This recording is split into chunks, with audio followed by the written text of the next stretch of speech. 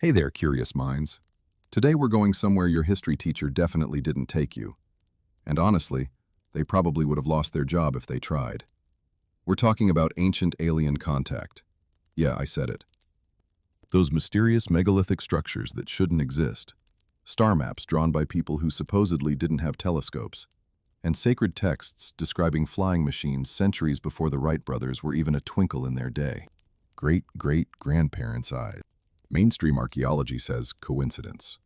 We're gonna say, let's take a closer look. Now look, I'm not here to tell you what to believe. I'm here to lay out some genuinely weird facts that don't quite fit the official story, and let you decide what makes sense. Because here's the thing.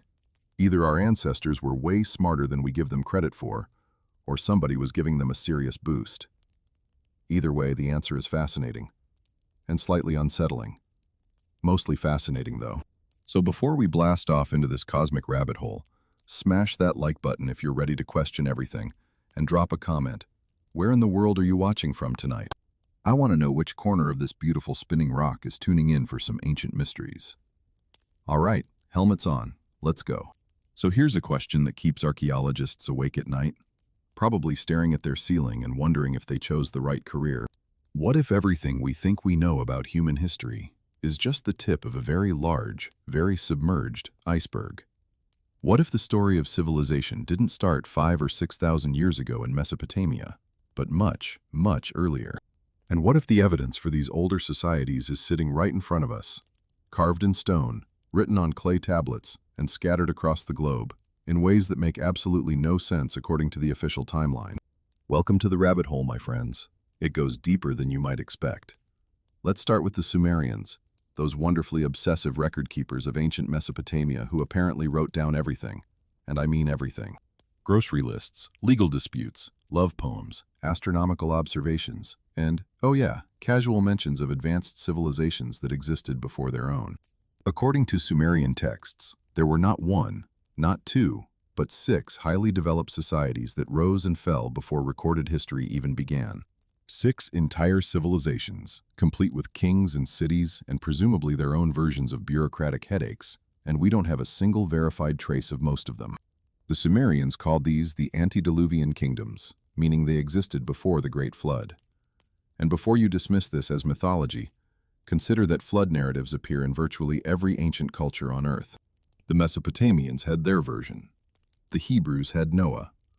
The Greeks had Deucalion. The Hindu texts describe multiple cycles of destruction and renewal. Indigenous peoples from North America to Australia to the Pacific Islands all tell stories of catastrophic floods that wiped out earlier worlds. Either our ancestors across 6 continents independently decided to make up the same story, or something actually happened. Now, mainstream archaeology has a pretty standard response to all this. Mythology, they say. Collective cultural memory of local flooding events exaggerated over generations. And sure, that's a reasonable explanation. Rivers flood. Coastal communities get wiped out. Traumatic events get passed down through oral tradition and grow more dramatic with each retelling. We've all played telephone at birthday parties. We know how this works. But here's where it gets interesting. The Sumerian king list, one of the oldest known historical documents, names specific rulers who reigned for impossibly long periods before the flood, sometimes tens of thousands of years. After the flood, the reign lengths suddenly become much more realistic. It's almost as if the scribes were distinguishing between 2 entirely different eras, one that operated by different rules, and one that looks more like the history we recognize. Were they recording actual events in symbolic language? Were they preserving knowledge from a lost civilization? Or were they just really bad at math? The honest answer is we don't know. But dismissing the question entirely seems premature when we have physical evidence that doesn't fit the standard model. Speaking of physical evidence that makes archaeologists uncomfortable, let's talk about Göbekli Tepe. If you haven't heard of this site in southeastern Turkey, prepare to have your understanding of human capability thoroughly disrupted. Göbekli Tepe is a massive stone complex featuring enormous carved pillars arranged in circular patterns, decorated with intricate reliefs of animals, symbols, and mysterious figures. The craftsmanship is extraordinary. The engineering is sophisticated, the artistic skill is undeniable, and it was built approximately 12,000 years ago, which is about 6,000 years before the Great Pyramid of Giza and several millennia before we supposedly invented agriculture, pottery, metal tools, or the wheel. According to conventional archaeology, the people who built Göbekli Tepe were hunter-gatherers. You know, folks wandering around with spears, living in temporary camps, spending most of their time finding food. Not exactly the demographic you'd expect to organize massive construction projects requiring hundreds of workers, specialized skills, and long-term planning. Try organizing a group dinner with 12 friends, and you'll understand why coordinating nomadic tribes to quarry, carve, transport, and erect multi-ton stone pillars seems like a stretch. The site was deliberately buried around 10,000 years ago, which raises even more questions. Someone went through the effort of constructing this incredible complex and then intentionally covered it with rubble, preserving it for millennia. Why? Were they protecting it from something? Hiding it from someone? We have no idea. What we do know is that Göbekli Tepe predates Stonehenge by about 7,000 years, and the earliest known cities by roughly 5,000 years. It sits there in the Turkish hills, like a giant stone middle finger to the neat chronological timeline we've constructed for human development. Naturally, some researchers have proposed alternative explanations. Maybe there was a more advanced civilization existing at the end of the last ice age, one with knowledge and capabilities we've underestimated. Maybe these people had teachers, mentors who passed on architectural and astronomical knowledge. Or maybe, just maybe, we've severely misjudged what hunter-gatherers were capable of when properly motivated. The jury is still out, but the evidence at Göbekli Tepe demands a more nuanced view of our distant past. And Göbekli Tepe isn't alone. All over the world we find megalithic structures that seem too old, too sophisticated, or too precisely aligned to fit comfortably into the standard narrative. In southern Egypt, there's a site called Nabta Playa, a stone circle that functioned as an astronomical observatory around 7,000 years ago, predating the Egyptian dynasties by millennia. In Bolivia, we have Puma Punku, part of the Tiwanaku complex, featuring blocks cut with such precision that you can't fit a piece of paper between them. The official dating puts this site at around 1,500 years old, but some researchers argue the weathering patterns suggest it's much older. In Indonesia, Gunung Padang has been identified as potentially the oldest pyramid structure on Earth, with some layers dating back over 20,000 years. Mainstream archaeology has pushed back hard on these claims, and healthy skepticism is always warranted. But the sheer number of anomalous sites keeps growing, and at some point, you have to wonder if the anomalies are actually the pattern we should be paying attention to. Here's where the flood narrative becomes particularly relevant. At the end of the last ice age, roughly 12,000 years ago, sea levels rose dramatically. We're talking about a rise of over 400 feet in some areas, as the massive glaciers covering North America and Europe melted. Entire coastlines disappeared. The English Channel flooded, separating Britain from the continent. The Black Sea, previously a freshwater lake, was inundated when the Mediterranean broke through. The Persian Gulf was dry land, and then it wasn't. Imagine being a coastal civilization during this period. Your ports, your fishing grounds, your agricultural lands, all gone within a few generations. Not overnight, but fast enough to feel catastrophic. And here's the thing about human settlement patterns. We like living near water. Always have. Rivers, lakes, coastlines, these are where civilizations concentrate. So if there were advanced societies during or before the Ice Age, their most important cities would have been in exactly the places that are now underwater. We've explored more of the moon's surface than we have of our own ocean floors.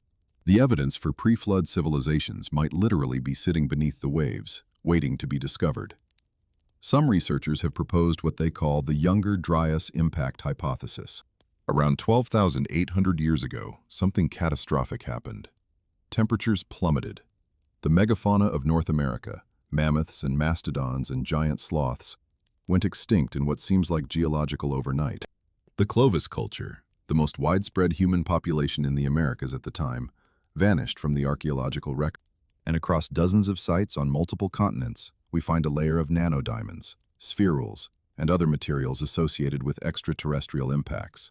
The theory suggests that a comet or asteroid struck the North American ice sheet, triggering massive fires, floods, and a return to glacial conditions that lasted over 1,000 years. If true, this event would have been absolutely devastating to any civilization existing at the time. Not necessarily a civilization with smartphones and stock markets, but perhaps one with sophisticated understanding of astronomy, architecture, and agriculture. A civilization whose survivors might have scattered across the globe, carrying fragments of knowledge to different regions and giving rise to the mysterious similarities we see in unconnected ancient cultures. This brings us to one of the most tantalizing aspects of the pre-flood civilization hypothesis: the parallel development of similar technologies, symbols, and structures in cultures separated by oceans and millennia. The Egyptians built pyramids. So did the Maya. So did the Mesopotamians with their ziggurats. The Chinese constructed pyramid-shaped tombs. Civilizations in Sudan, Indonesia, and Peru all independently decided that giant triangular structures were the way to go. Now, pyramids are admittedly a pretty stable architectural form. If you want to build something tall and lasting without modern engineering, a pyramid shape makes sense. But the similarities go beyond basic geometry. We see serpent worship across virtually every ancient culture, solar deities with remarkably consistent characteristics, flood myths that echo each other across continents, stories of wise beings who arrived from elsewhere to teach humanity the arts of civilization. The Egyptians had their Neteru, the Sumerians had the Anunnaki. Mesoamerican cultures spoke of Quetzalcoatl and similar feathered serpent figures. Hindu texts describe the Saptarishi, 7 sages who preserved knowledge through cosmic cycles of destruction. Skeptics argue that these parallels reflect universal human psychology rather than shared historical memory. We're all looking at the same sun, the same stars, facing the same challenges of survival and meaning-making. Similar conditions produce similar cultural outputs. And that's a valid point, but it doesn't explain everything. It doesn't explain how the Dogon people of Mali knew about Sirius B, an invisible companion star, before modern astronomers confirmed its existence. It doesn't explain how ancient builders achieved precision that challenges our own engineering capabilities. It doesn't explain the astronomical alignments at sites like Giza, Angkor Wat, and Teotihuacan, all pointing to sophisticated understanding of celestial mechanics. And it doesn't explain why so many cultures describe a golden age that ended in catastrophe, followed by a period of decline and slow recovery. If our ancestors were just making things up, they were remarkably coordinated about it.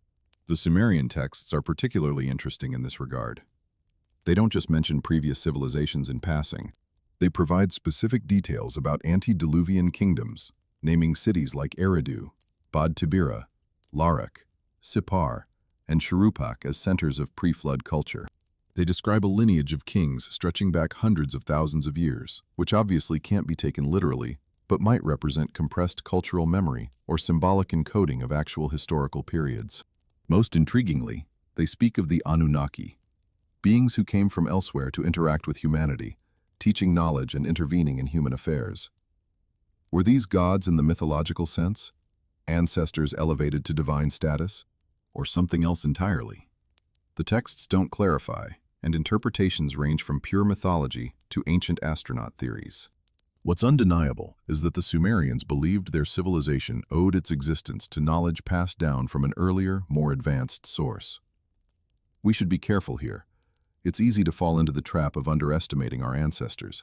Humans have been anatomically modern for at least 300,000 years, with brains just as capable as ours. The assumption that people before a certain date were primitive savages incapable of complex thought or sophisticated achievement is frankly insulting and probably wrong.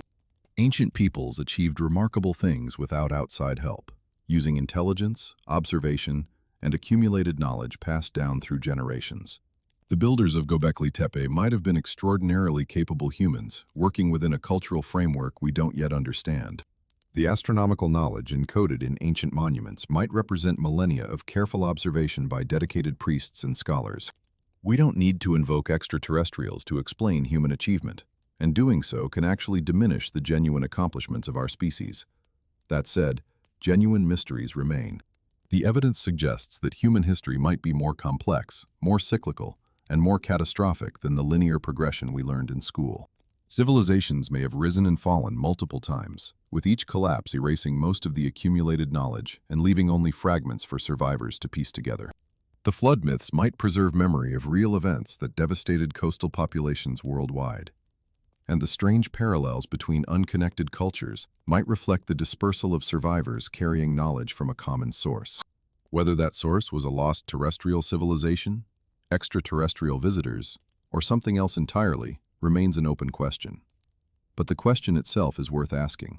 As we continue this journey through the evidence for ancient contact, keep in mind that we're not trying to prove any particular theory. We're examining anomalies, inconsistencies, and mysteries that don't fit neatly into established narratives. Some of these will turn out to have mundane explanations. Others might require us to revise our understanding of human history, and a few might remain genuinely unexplained, tantalizing glimpses of a past more strange and wonderful than we've imagined. The floor of the Mediterranean still holds secrets. The jungles of the Amazon are yielding new discoveries every year. Our technology for underwater archaeology is improving rapidly. The next few decades might reveal answers to questions we've been asking for millennia. Until then, we keep digging, both literally and figuratively. And we stay curious, because that's how progress happens. Now that we've established that rising sea levels might have swallowed entire civilizations, let's actually look at what's down there. Because here's the uncomfortable truth that keeps marine archaeologists both excited and frustrated. We've mapped the surface of Mars with more detail than we've mapped our own ocean floors.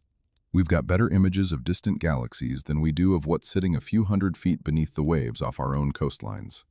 And what little we have found underwater is, to put it mildly, deeply weird.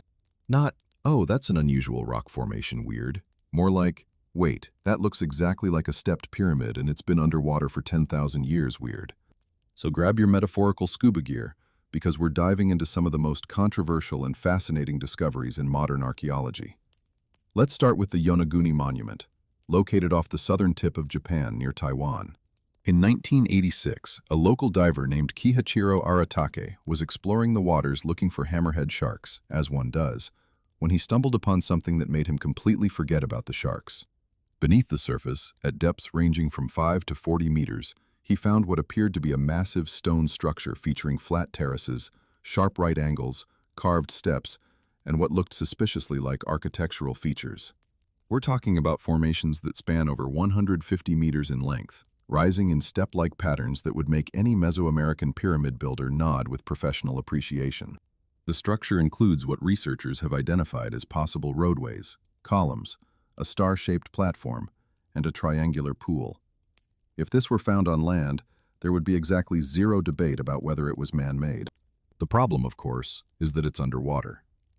The scientific community has been arguing about Yonaguni for nearly 4 decades now, and the debate shows no signs of resolution.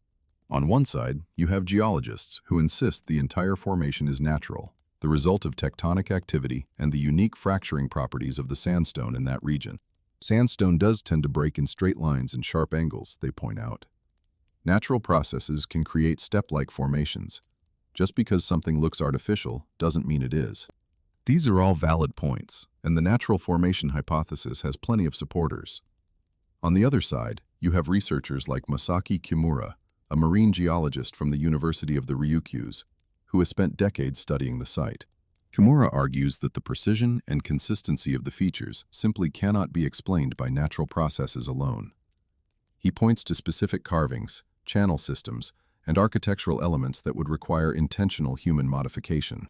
His conclusion is that even if the base rock is natural, humans definitely worked on it, shaping and carving it into something more deliberately structured.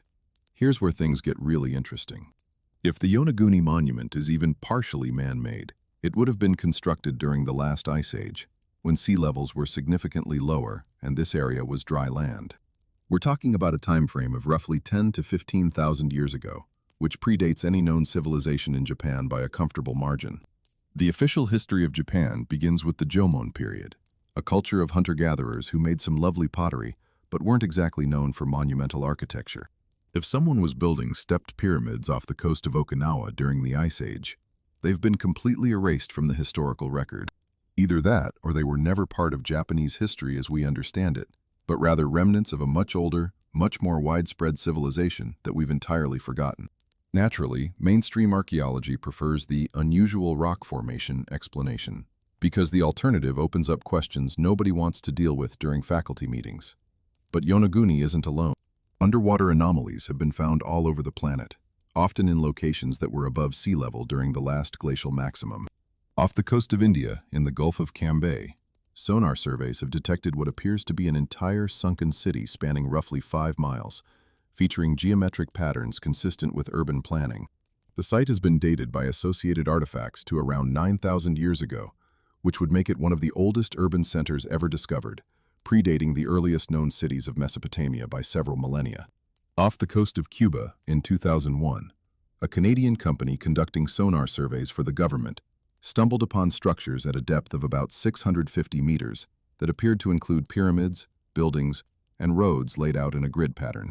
The depth is significant because for that area to have been above water, we'd have to go back to a time before the end of the last ice age. Follow-up investigations have been limited, and the Cuban government has been notably quiet about the whole thing.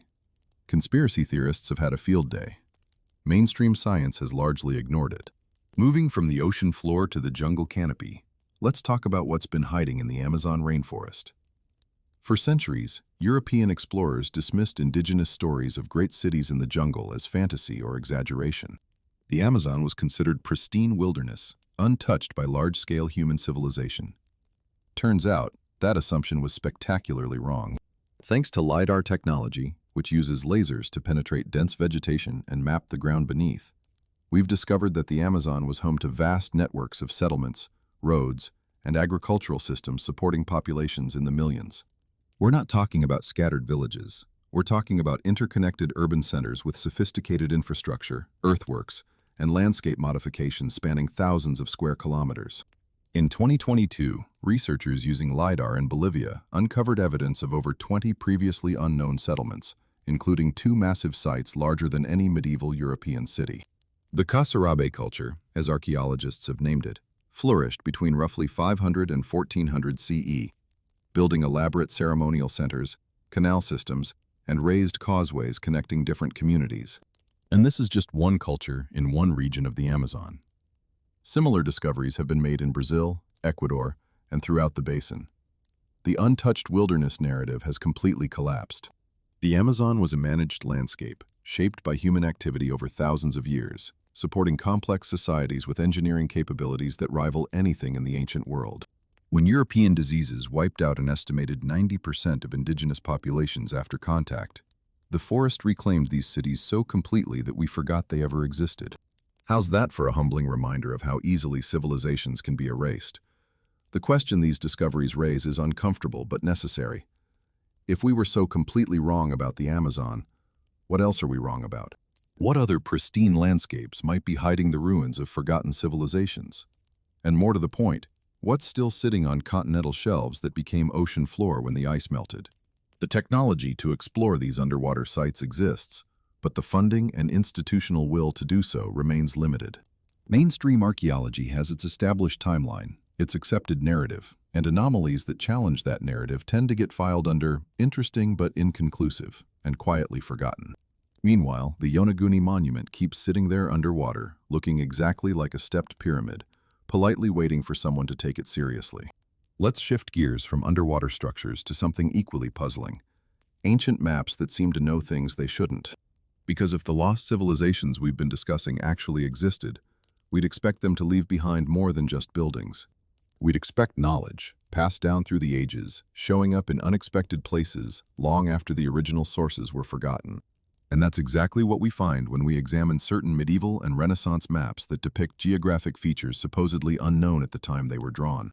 Get ready to question everything you thought you knew about the history of exploration, because this is where things get genuinely strange. The star of this particular show is the Piri Reis map, created in 1513 by an Ottoman admiral and cartographer named, unsurprisingly, Piri Reis. The map itself is a fragment of a larger world map showing the western coast of Africa, the eastern coast of South America, and at the bottom, a landmass that has sparked decades of heated debate. Piri Reis noted in marginalia on the map that he compiled it from approximately 20 source maps, including charts captured from Spanish and Portuguese sailors, and crucially, much older maps whose origins he couldn't identify. He specifically mentioned using sources that dated back to the time of Alexander the Great, over 1800 years earlier. At the time, this was dismissed as typical medieval embellishment. Map makers loved to claim ancient authority for their work. But then, people actually looked closely at what the map depicted, and things got interesting. The controversial southern landmass on the Piri Reis map appears to show the coastline of Antarctica, which would be fine except Antarctica wasn't officially discovered until 1820, over 300 years after the map was drawn. Okay, maybe Piri Reis just got lucky or made something up to fill empty space, which was common practice for Renaissance cartographers. But here's the problem. The coastline depicted on the map doesn't show Antarctica as we know it today, covered in miles of ice. It shows the actual land beneath the ice, the continental shelf and coastline that has been buried under glaciers for thousands of years. Modern seismic surveys conducted in the 1950s confirmed the subglacial topography of Antarctica, and it bears a striking resemblance to what's shown on a map from 1513. How do you draw the coastline of a continent that's been covered in ice since before the last ice age ended? Skeptics have proposed various explanations. Maybe it's not Antarctica at all, but a distorted version of South America, or a completely imaginary landmass.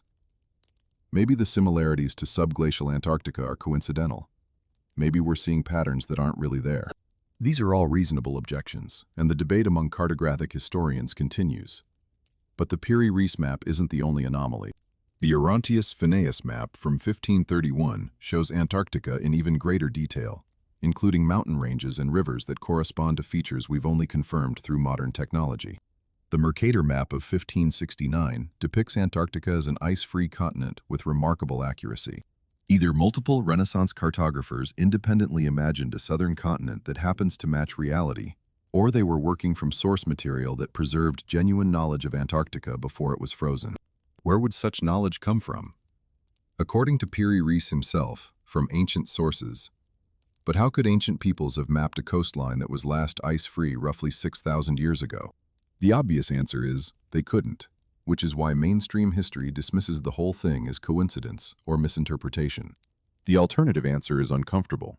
Perhaps ancient mariners mapped these coastlines when they were still accessible, and that knowledge survived through copies of copies over millennia, eventually reaching Ottoman cartographers who had no idea what they were actually looking at. If true, this would imply the existence of sophisticated seafaring civilizations capable of global navigation during or before the Ice Age, civilizations that left no other trace except these cryptic geographic documents. The Piri Reis map isn't the only impossible chart in the historical record. The Zeno map of 1380 shows Greenland without its ice cap, featuring accurate details of the underlying topography. The Philippe Bouache map of 1737 depicts Antarctica as two separate land masses, which we now know to be accurate, since the continent is actually two distinct geological formations connected by ice. The Haji Ahmed map of 1559 shows a land bridge connecting Alaska to Siberia, which existed during the Ice Age when sea levels were lower. In each case, the maps contain information that was supposedly unknown at the time of their creation, information that would only be confirmed by modern technology centuries later. Coincidence stacked upon coincidence eventually stops looking like coincidence. The implications are staggering if we take these maps seriously. They suggest a reservoir of ancient geographic knowledge that somehow survived the collapse of whatever civilization originally compiled it. They suggest global maritime exploration at a time when our ancestors were supposedly confined to local waters and simple boats.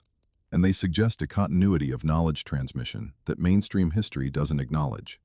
A chain of copying and preserving geographic information stretching back thousands of years. None of this proves extraterrestrial contact, of course. Advanced human civilizations could have mapped the world during the Ice Age without outside help.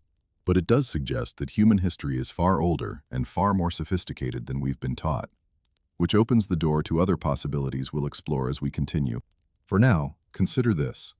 We live in an age when satellites can map every inch of the Earth's surface in real time, and yet we still haven't fully explored our own planet. The deepest ocean trenches remain mysteries. The ice sheets of Antarctica conceal entire mountain ranges. The jungles of South America continue to yield lost cities. If Renaissance cartographers could access fragments of ancient knowledge showing a world we'd forgotten, what else might be waiting to be rediscovered? The maps themselves are clues, pointing toward a past that doesn't match the neat timeline in our textbooks. And if the past was more complex than we thought, then perhaps the question of who was here before us deserves more serious attention than it's currently getting.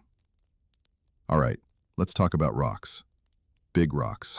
Absolutely massive, mind-bogglingly enormous rocks that ancient peoples somehow moved, shaped, and stacked with precision that makes modern engineers scratch their heads and quietly question their career choices.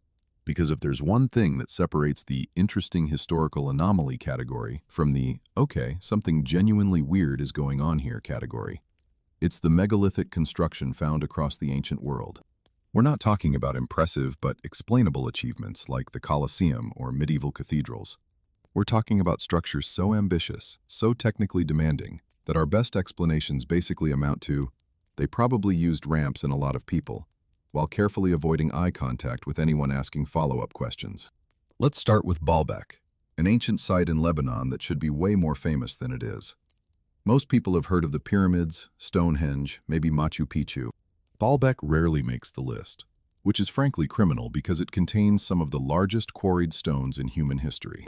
The Temple of Jupiter at Baalbek sits on a foundation that includes the trilithon, 3 limestone blocks each weighing approximately 800 tons. That's the weight of about 400 cars stacked on top of each other per block. But wait, there's more. In the nearby quarry, still attached to the bedrock, lies the stone of the pregnant woman, weighing an estimated 1,000 tons. And right next to it, discovered only in 2014, sits an even larger block weighing roughly 1,650 tons. These stones were quarried, shaped, and in the case of the trilithon, transported and lifted into position at a height of about 20 feet. Officially, this was accomplished by the Romans around 2,000 years ago. Unofficially, nobody can explain exactly how. Modern construction equipment would struggle with stones this size. The largest mobile crane currently in operation can lift about 1,200 tons under ideal conditions, which means it couldn't even budge the biggest blocks at Baalbek. And that's with diesel engines, computer-controlled hydraulics, and materials science that Roman engineers couldn't have dreamed of. The standard explanation involves wooden rollers, earthen ramps, and thousands of laborers working in coordinated effort. Which sounds reasonable until you actually do the math on friction coefficients, ground pressure, and the logistics of feeding and organizing a workforce large enough to move objects this heavy using nothing but muscle power and primitive machinery. Not impossible, perhaps, but definitely suspicious. Especially when you consider that the Romans, who meticulously documented their engineering achievements, left no detailed records of how they accomplished this particular feat. They built aqueducts across continents and wrote manuals about it. They moved the Baalbek stones and apparently forgot to take notes. Now let's hop over to South America, specifically to a site in Bolivia called Pumapunku, part of the larger Tiwanaku complex near Lake Titicaca. If Baalbek is about raw scale, Pumapunku is about precision. The site contains hundreds of stone blocks made from granite and diorite, 2 of the hardest materials on Earth, cut and shaped with tolerances that would satisfy modern manufacturing standards. We're talking about perfectly flat surfaces, exact right angles, and interlocking pieces that fit together without mortar. Some blocks feature grooves and holes drilled with such consistency that they appear machine-made. One particularly famous piece, often called the H-blocks, features identical cuts on multiple surfaces that would require specialized tools and careful measurement to replicate today. The official dating places Pumapunku around 500 to 600 CE, built by the Tiwanaku civilization using bronze chisels, stone hammers, and a lot of patience. Skeptics of this explanation point out that bronze tools couldn't cut diorite, which is harder than the tools themselves. They also note that some blocks show signs of being mass-produced, as if from templates or molds, a technique that shouldn't have existed in pre-Columbian South America. The conventional response is that we're underestimating ancient ingenuity, which is fair, but the precision at Pumapunku genuinely pushes the boundaries of what we consider possible with pre-industrial technology. The stones fit together so perfectly that local legend claims the original builders had the ability to soften rock, shaping it like clay before it hardened. Which sounds ridiculous until you compare it to our explanation of bronze chisels and determination, and realize both sound equally implausible. Here's where things get really interesting. These megalithic construction techniques aren't isolated to one region or culture. They appear worldwide, spanning continents and millennia, yet sharing recognizable characteristics. The polygonal masonry at Sacsayhuaman in Peru features massive stones with multiple faces fitted together like three-dimensional jigsaw puzzles. Similar techniques appear in ancient Egypt, at Greek sites like Delphi, in Japan at sites like Sakafune-ishi, and even in Easter Island's ceremonial platforms. The pattern is consistent. Enormous stones, precisely cut, fitted without mortar, often using complex interlocking shapes that would require advanced planning and measurement. Different cultures, different time periods, different continents, same construction philosophy. Either this represents convergent engineering evolution, with independent civilizations arriving at identical solutions, or knowledge was being shared across distances that shouldn't have been possible according to conventional history. The Easter Island Moai provide another fascinating case study.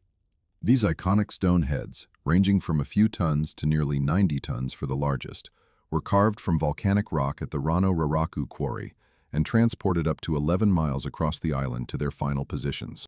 The traditional Rapa Nui explanation, preserved in oral history, is that the statues walked to their destinations. For decades, archaeologists dismissed this as mythology. Then, in 2011, researchers demonstrated that the moai could indeed be moved in an upright position using a rocking motion controlled by ropes, essentially walking the statues across the landscape. The ancestral knowledge turned out to be literally accurate, which raises an uncomfortable question. If the Easter Islanders preserved genuine technical knowledge in what we dismissed as myth, how many other ancient legends might contain similar grains of truth? The common thread running through all these sites is a level of ambition that seems almost irrational by practical standards. Why carve 1,000-ton blocks when smaller ones would suffice? Why achieve precision that exceeds any functional requirement? Why invest resources that must have been staggering for ancient economies into monuments that serve no obvious practical purpose? Some researchers argue that megaliths served religious or ceremonial functions, which is almost certainly true, but doesn't explain the extreme engineering. You can build impressive temples without moving the largest stones in human history. Others suggest that the construction process itself was the point, a demonstration of social organization and technical capability. But even this doesn't fully account for the precision and scale we observe. Whatever motivated these builders, they were playing a different game than we assume, pursuing goals and working with knowledge that we don't fully understand. If the megalithic sites raise questions about ancient engineering capabilities, the astronomical knowledge encoded in ancient cultures raises questions about ancient scientific understanding. Because scattered across the archaeological record, we find evidence that our ancestors possessed detailed knowledge of celestial mechanics that they shouldn't have been able to acquire without telescopes, computers, or at minimum, centuries of systematic observation and mathematical analysis. And yet there it is, carved in stone and preserved in oral tradition, pointing to a sophistication that doesn't fit the narrative of primitive peoples slowly figuring out the basics. Let's start with one of the most controversial examples, the Dogon people of Mali. This West African ethnic group has maintained traditional religious beliefs centered on Sirius, the brightest star in the night sky. Nothing unusual there. Many cultures have mythologies involving prominent celestial objects. What makes the Dogon case extraordinary are the specific details of their traditions. According to French anthropologists Marcel Griol and Germaine Dieterlen, who studied the Dogon in the 1930s and 1940s, Dogon elders possessed knowledge of Sirius B, a white dwarf companion star that orbits Sirius A. Here's the thing about Sirius B. It's invisible to the naked eye. It wasn't discovered by Western astronomers until 1862, when Alvin Graham Clark observed it through a powerful telescope. Its existence had been predicted mathematically by Friedrich Bessel in 1844, based on irregularities in Sirius A's motion, but nobody had actually seen it. The Dogon, according to Griol's research, knew that Sirius had an invisible companion. They knew it was small, dense, and completed its orbit in approximately 50 years, which is remarkably close to the actual orbital period of 50.1 years. They depicted the orbital path in ritual drawings that correspond to modern astronomical charts. And they claimed this knowledge came from ancestral teachings, passed down from beings called the Nomo, who visited Earth from the Sirius system in the distant past. Now, before we get too excited, this case has been heavily criticized. Some researchers argue that Griol led his informants, essentially putting astronomical concepts into their mouths. Others suggest the Dogon may have learned about Sirius B from European contacts before the anthropological interviews. The debate has been ongoing for decades, and neither side has definitively proven their case. But even if we dismiss the Dogon as contaminated evidence, other examples of anomalous astronomical knowledge remain.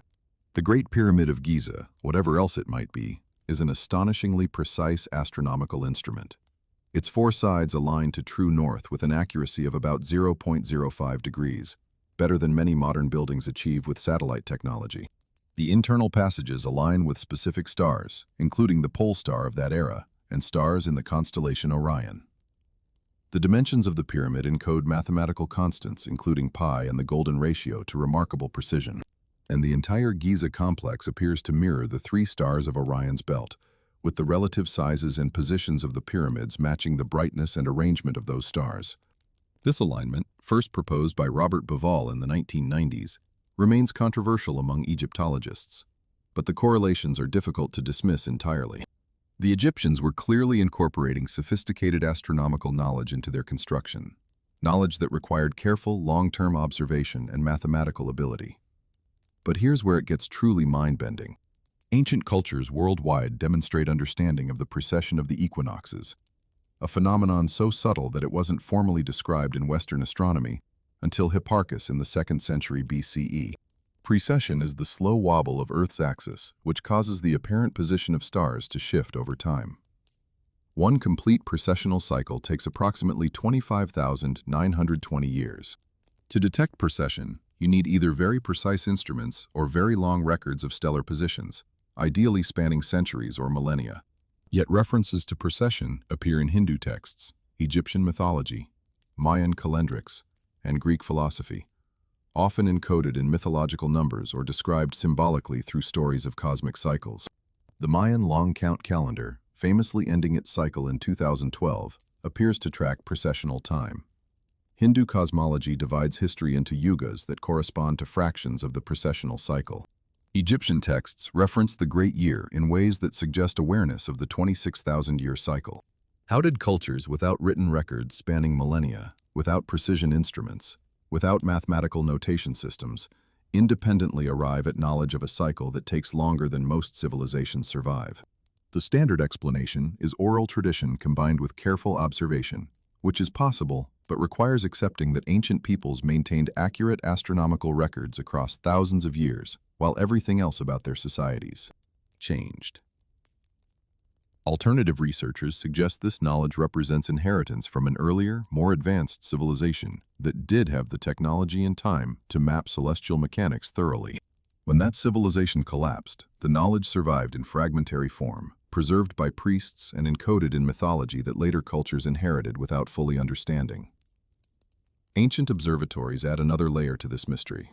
Stonehenge in England, Newgrange in Ireland, Angkor Wat in Cambodia, Chichen Itza in Mexico, and dozens of other sites demonstrate sophisticated alignment with solstices, equinoxes, and stellar positions. These weren't accidents or approximations. They required advanced knowledge of exactly where the sun or stars would appear on specific dates, knowledge that informed the positioning of massive stone structures before construction began. You don't align a monument to a stellar position after you've built it. You have to know where those celestial objects will be, calculate the geometry, and then build accordingly. This implies mathematical astronomy of considerable sophistication existing in cultures we generally consider primitive by modern standards. Consider the Antikythera mechanism, recovered from a Greek shipwreck in 1901 and gradually recognized as perhaps the most sophisticated piece of ancient technology ever discovered. This bronze device, dating to around 100 BCE, is essentially an analog computer that could predict astronomical positions, eclipses, and calendar cycles with remarkable accuracy. It contains at least 30 interlocking gears and demonstrates understanding of celestial mechanics that we didn't think ancient Greeks possessed. The Antikythera mechanism proves that ancient peoples could achieve scientific sophistication far beyond what surviving written records suggest. And if one such device survived by accident in a shipwreck, how many others might have existed, been used, and been lost to time? The implications of all this accumulated evidence are profound. Either ancient cultures were far more scientifically advanced than mainstream history acknowledges, developing sophisticated astronomical and engineering knowledge through methods we don't fully understand, or they received this knowledge from external sources. Those sources could be earlier human civilizations whose achievements we've forgotten. They could be networks of knowledge transmission linking distant cultures in ways conventional archaeology doesn't accept. Or, in the view of some researchers, they could be non-human intelligences who shared information with our ancestors. Whatever the truth, the evidence demands explanation. The precision of the pyramids, the astronomical knowledge of the Dogon, the precessional cycles encoded in mythology, the engineering impossibilities of sites like Baalbek and Pumapunku, none of these fit comfortably into the story we tell about human history. And when anomalies accumulate, eventually you have to start questioning the baseline assumptions. So far we've been looking at stones, maps, and stars. Impressive stuff, But all of it could theoretically be explained by clever humans doing clever things with primitive tools and a lot of free time. Now we're going somewhere different. Now we're going inside. Inside our very DNA, that twisted ladder of genetic code that makes you, and me, and somehow produced both Einstein and that guy who invented the pet rock. Because when you start examining the genetic history of Homo sapiens, you find some genuinely puzzling features that don't fit neatly into the standard evolutionary narrative. And some of these anomalies are so strange that even mainstream scientists occasionally admit they don't have satisfying explanations. Welcome to the weirdest chapter yet, where we ask the uncomfortable question, are we entirely natural, or did someone tinker with the recipe? Let's start with the big picture. According to current evolutionary theory, modern humans emerged in Africa approximately 300,000 years ago, gradually developing from earlier hominid species through the standard mechanisms of natural selection. Our ancestors were doing fine as Homo erectus for over 1 million years, making basic tools, controlling fire, spreading across continents. Solid progress. Then, somewhere around 200,000 to 300,000 years ago, something happened.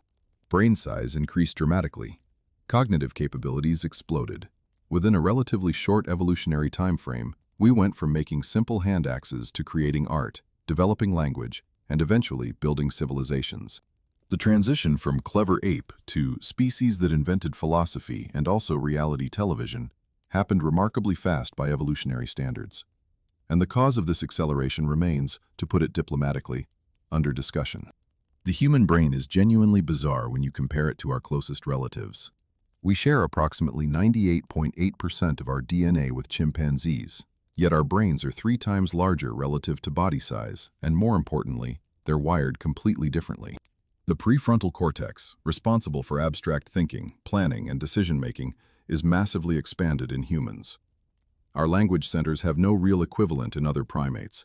The genetic changes that enabled these developments involved not just new genes, but dramatic reorganization of gene expression, the timing and intensity with which genes activate during development. Some of these changes appear in the fossil record quite suddenly, without the gradual intermediate stages you'd expect from classical Darwinian evolution. It's as if someone hit the fast-forward button on human cognitive development. One of the most discussed genetic anomalies is human chromosome 2, which appears to be the result of 2 ancestral chromosomes fusing together.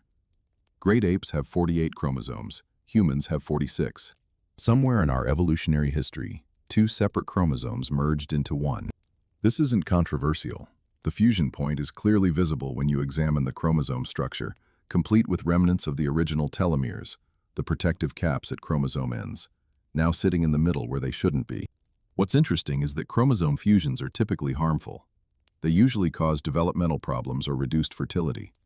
Yet this particular fusion not only survived but became universal in the human population. Either we got extraordinarily lucky, or there's something about this specific fusion that provided advantages we don't fully understand. Or, as some alternative researchers suggest, the fusion wasn't accidental at all. Then there's the matter of FOXP2, sometimes called the language gene. This gene plays a crucial role in the development of speech and language abilities. When it's damaged, people have severe difficulties with language production and comprehension. Here's the interesting part. The human version of FOXP2 differs from the chimpanzee version by just 2 amino acids, but those 2 changes appear to have had dramatic effects on our linguistic capabilities. The human variant of FOXP2 spread through our population roughly 200,000 years ago, coinciding with the emergence of anatomically modern humans.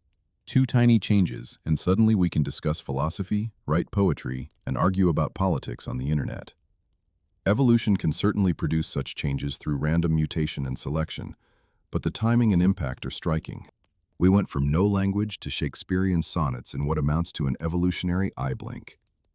The human genome contains other puzzles that geneticists are still working to explain. We have genes that appear to have no clear evolutionary predecessor, sometimes called orphan genes or de novo genes. These sequences don't match anything found in other species and seem to have appeared specifically in the human lineage. Some of these orphan genes are involved in brain development and cognitive function. Where did they come from?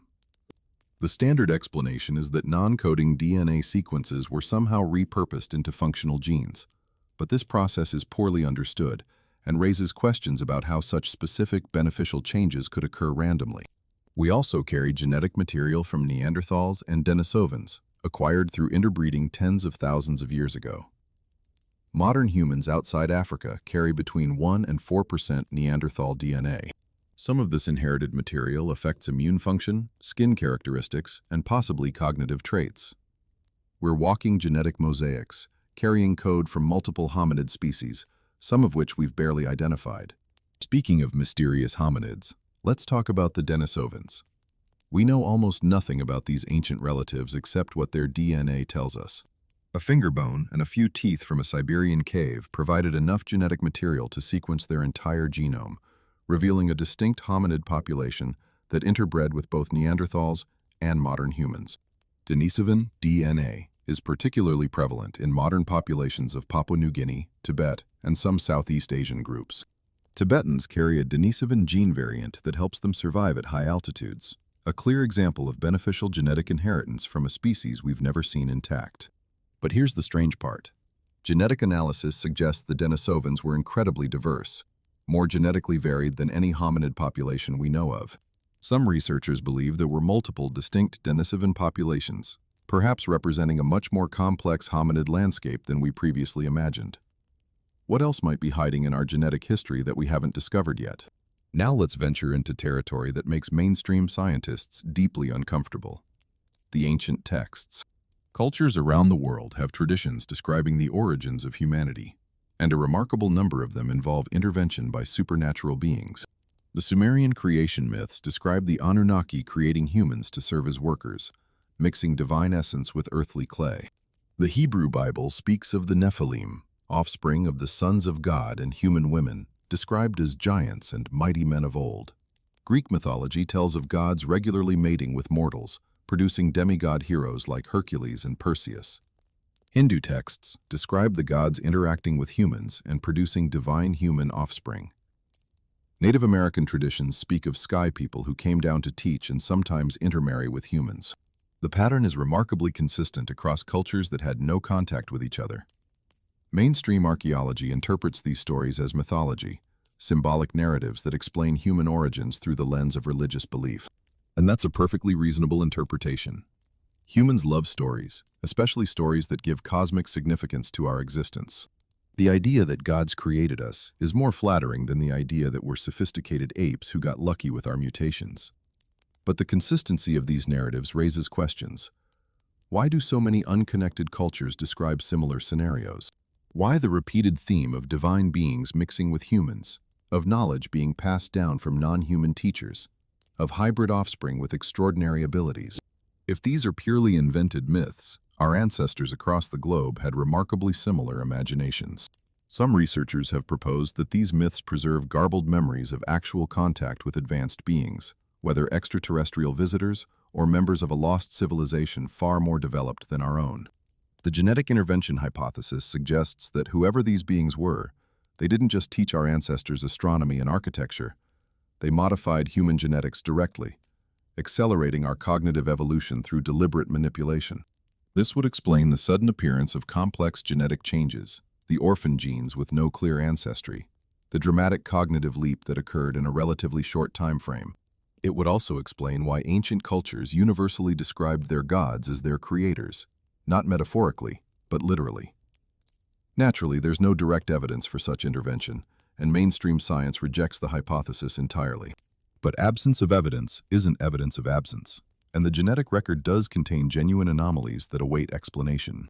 We should also consider the missing links problem, which has been a thorn in evolutionary theory's side since Darwin's time. The fossil record is incomplete, obviously. Fossilization is rare, and most organisms decay without leaving traces. But the gaps in human evolution are particularly frustrating.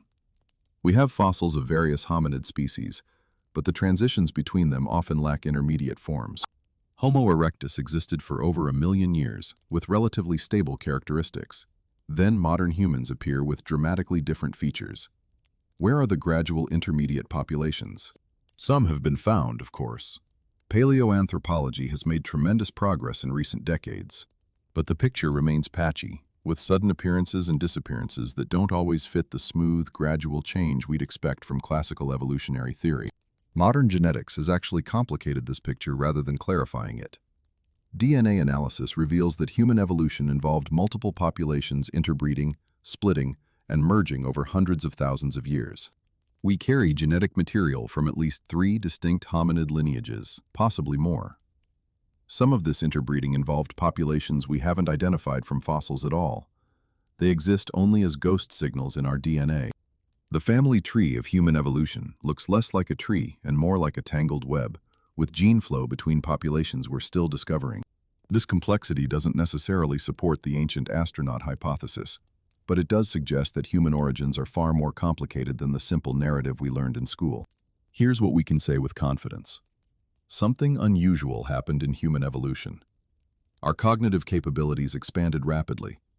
Specific genetic changes with dramatic effects spread through our population in ways that seem almost too convenient. Ancient cultures universally described their origins in terms of intervention by powerful beings from elsewhere. And our genetic code contains anomalies that remain incompletely explained. None of this proves extraterrestrial involvement, and healthy skepticism is always warranted. Evolutionary biology can potentially explain all these features through natural processes we're still understanding.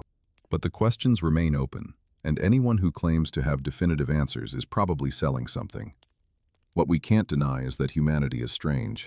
We're the only species that builds telescopes to look at the stars, and then wonders if something up there is looking back. We're the only species that creates art, music, mathematics, and philosophy, then spends time debating whether any of it matters. We emerged from the same evolutionary pressures as every other creature on Earth, yet we ended up fundamentally different, separated from our closest relatives by a cognitive gulf that defies easy explanation. Maybe we're just lucky. Maybe random mutations happen to hit the jackpot, producing a species capable of reshaping its entire planet. Or maybe, just maybe, we had help.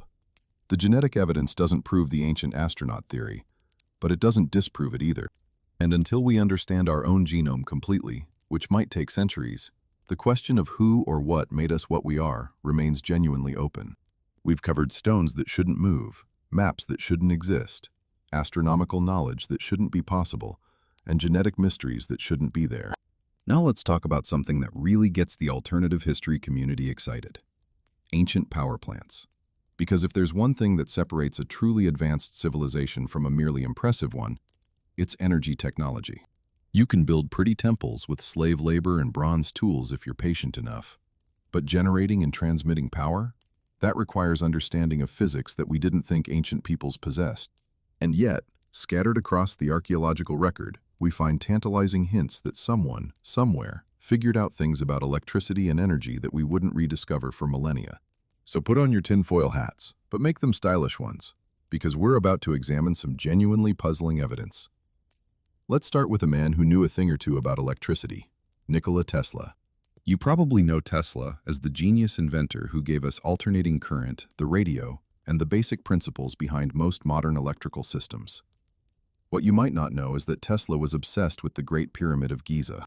He believed it wasn't a tomb at all, but rather an ancient power station designed to generate and transmit wireless electricity across the globe. Now, before you dismiss this as the ramblings of an eccentric genius who also claimed to receive messages from Mars, consider that Tesla understood electromagnetic phenomena better than almost anyone in history. His intuitions about electricity were decades ahead of his time. So when he looked at the Great Pyramid and saw a power plant, maybe, just maybe, he was seeing something the Egyptologists missed. Tesla's theory centered on his understanding of the Earth's natural electromagnetic properties. He believed the planet itself could function as a giant conductor, carrying electrical energy through the ground and atmosphere with minimal loss. His famous Wardenclyffe Tower project was an attempt to prove this concept, using the Earth's resonant frequency to transmit power wirelessly. The project failed, not because the physics were wrong, but because J.P. Morgan pulled funding when he realized he couldn't meter wireless electricity. Capitalism, unfortunately, wasn't ready for free energy. But Tesla maintained until his death that ancient civilizations had already solved this problem, that the Great Pyramid was proof of technology we had forgotten, rather than technology we hadn't invented yet. So what exactly makes the Great Pyramid suspicious from an engineering standpoint? Let's start with location. The pyramid sits almost exactly at the center of Earth's landmass, the geographic point where the most land area is accessible in all directions. Coincidence? Maybe. but it's a pretty convenient spot if you wanted to, say, broadcast energy across the entire planet. The pyramid is also positioned directly over powerful underground aquifers, water channels flowing through limestone bedrock. Water moving through rock generates electrical charge through a process called the piezoelectric effect. The pyramid's foundation sits on a natural electricity generator, which seems like an odd choice for a burial monument, but makes perfect sense if you're building a power plant. Now let's go inside. The internal structure of the Great Pyramid is unlike any other tomb in Egypt, or anywhere else for that matter. The king's chamber, supposedly the burial room, is constructed entirely from red granite transported from Aswan, over 500 miles away. Why use granite when limestone was locally available and perfectly suitable for construction? Granite has interesting electrical properties. It contains quartz crystals that generate voltage under pressure. The chamber is positioned precisely within the structure to experience maximum compressive stress from the weight above. Above the king's chamber are 5 separate relieving chambers stacked on top of each other, filled with massive granite beams. Official explanation: they distribute weight to prevent collapse. Alternative explanation: they create an acoustic and electromagnetic resonance chamber of remarkable sophistication. The so-called air shafts extending from the chambers add another layer of intrigue. These narrow passages, about 8 inches square, extend from both the king's chamber and queen's chamber toward the pyramid's exterior. For decades, archaeologists assumed they were ventilation shafts, providing fresh air to the burial chambers. Small problem: the shafts from the queen's chamber don't actually reach the outside. They stop several inches short of the pyramid's surface. Not great ventilation design. The shafts are also aligned with specific stars, including Sirius and the stars of Orion's belt, suggesting astronomical rather than practical function. Some researchers propose these shafts served as waveguides, channels for directing electromagnetic energy or acoustic frequencies. The queen's chamber itself contains a mysterious niche in its eastern wall, carved with precision but serving no obvious decorative or structural purpose. Its dimensions and shape are consistent with housing some kind of device, though what that device might have been remains pure speculation. Here's where things get really interesting. In 1993, a German engineer named Rudolf Gantenbrink sent a tiny robot equipped with a camera up one of the queen's chamber shafts. The robot traveled over 200 feet into the pyramid's interior before encountering a small limestone door with copper handles. Copper. Inside a supposedly ceremonial shaft in a stone monument built 4,500 years ago. Copper is an excellent conductor of electricity, and its presence in this context makes no sense from an archaeological standpoint. A follow-up expedition in 2002 drilled through the door and found another chamber behind it, with another door. We still don't know what's beyond. The Egyptian government has been notably reluctant to allow further exploration, which naturally has fueled endless speculation. What exactly are they protecting? A pharaoh's mummy, or something considerably more interesting? Let's take a brief detour to Iraq, specifically to ancient Mesopotamia, where in 1936 archaeologists discovered what has become known as the Baghdad Battery. This artifact consists of a clay jar containing a copper cylinder and an iron rod, separated by some kind of organic material that has long since decomposed. When replicated and filled with an acidic solution like vinegar or lemon juice, the device generates approximately 1.5 to 2 volts of electricity. Not enough to power your phone, but definitely enough to confirm that someone in ancient Mesopotamia understood the basic principles of electrochemistry. The device dates to roughly 200 BCE to 200 CE during the Parthian period, which means it predates Alessandro Volta's invention of the modern battery by nearly 2,000 years. Mainstream archaeologists have proposed alternative explanations. Maybe it was used for storing sacred scrolls, they suggest, though why you'd need copper cylinders and iron rods for scroll storage remains unclear. Maybe it was a device for electroplating gold onto silver objects, which would actually require electrical knowledge and doesn't really help the no ancient electricity argument. The truth is, we don't know what the Baghdad battery was for, but its existence proves that ancient peoples understood basic electrical principles far earlier than previously assumed. And if they figured out batteries, what else might they have figured out? Evidence of electrical knowledge appears in other ancient contexts as well. The Dendera temple complex in Egypt contains famous reliefs that some researchers interpret as depicting large light bulbs, complete with filaments and power cables. The mainstream explanation is that these images show lotus flowers and snakes, symbolic imagery common in Egyptian art.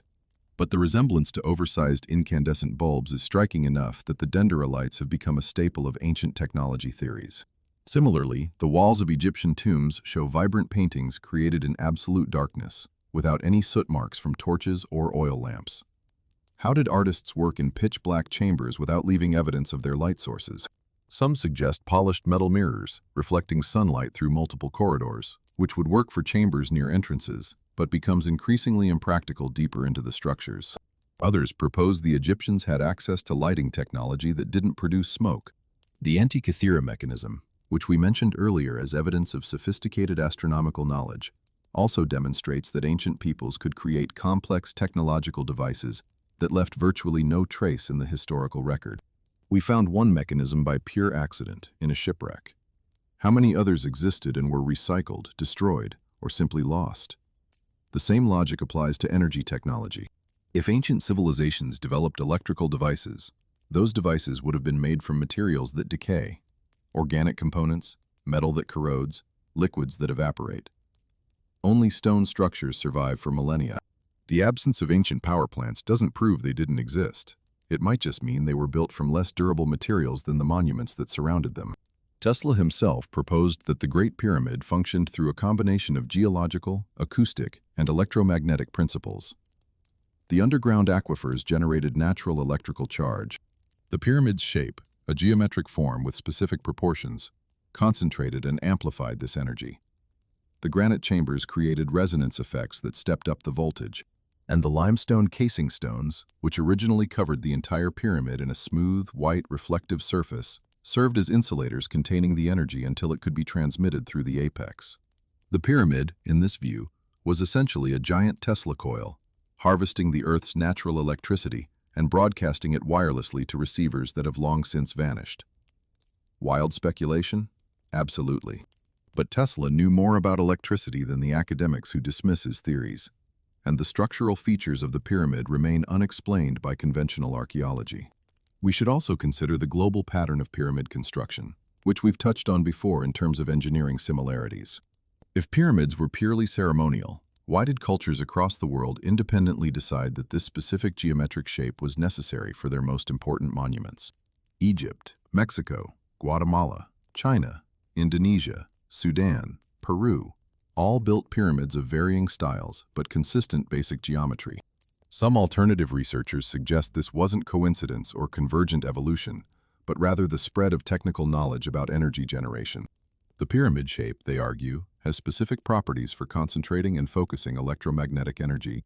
Ancient builders knew this, whether through their own discovery or through instruction from more advanced sources, and replicated the technology worldwide.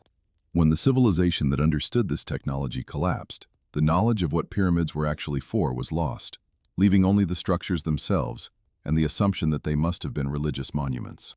The global energy grid hypothesis takes this further, proposing that ancient sites were deliberately positioned to form a planetary network of power generation and transmission points. Ley lines. The mysterious alignments connecting ancient monuments might represent the actual energy transmission paths rather than merely ceremonial connections. The precision placement of structures at sites like Giza, Angkor Wat, Easter Island, and Machu Picchu, all demonstrating sophisticated astronomical alignment, might also represent positioning for optimal energy collection or transmission. This remains firmly in the realm of speculation, but the precision of ancient monument placement deserves explanation, and they liked careful construction doesn't quite cover the level of geographic and astronomical accuracy we observe. What we can say with certainty is that ancient peoples were more technologically sophisticated than we typically credit them. The Baghdad battery proves understanding of electrochemistry. The Antikythera mechanism proves capacity for complex engineering. The precision of megalithic construction proves capabilities that challenge our assumptions about what's possible without modern tools. Whether any of this adds up to lost energy technology remains unproven, but the question itself is legitimate. We know from our own history how easily knowledge can be lost. The Library of Alexandria burned, taking countless texts with it. The Maya codices were destroyed by Spanish conquistadors. The oral traditions of indigenous peoples were suppressed and forgotten during colonization. If advanced technological knowledge existed in the ancient world, the mechanisms for its loss are well established. Tesla died in 1943, his papers seized by the FBI, and his wireless energy dreams unrealized. He went to his grave believing that the secrets of the universe were encoded in energy, frequency, and vibration, and that ancient civilizations had understood these principles better than the modern world. Maybe he was right. Maybe the Great Pyramid really was a power plant, and we've been walking past the evidence for centuries, too busy looking for mummies to notice the engineering. Or maybe it's all coincidence, cherry-picked evidence, and wishful thinking. Either way, the questions are worth asking, because if we're wrong about the pyramids, we might be wrong about a lot of other things too. We've spent a lot of time examining physical evidence, stones, structures, DNA, devices. Now let's shift our focus to something more abstract but equally puzzling: ideas. Because here's a question that anthropologists have been wrestling with for over a century.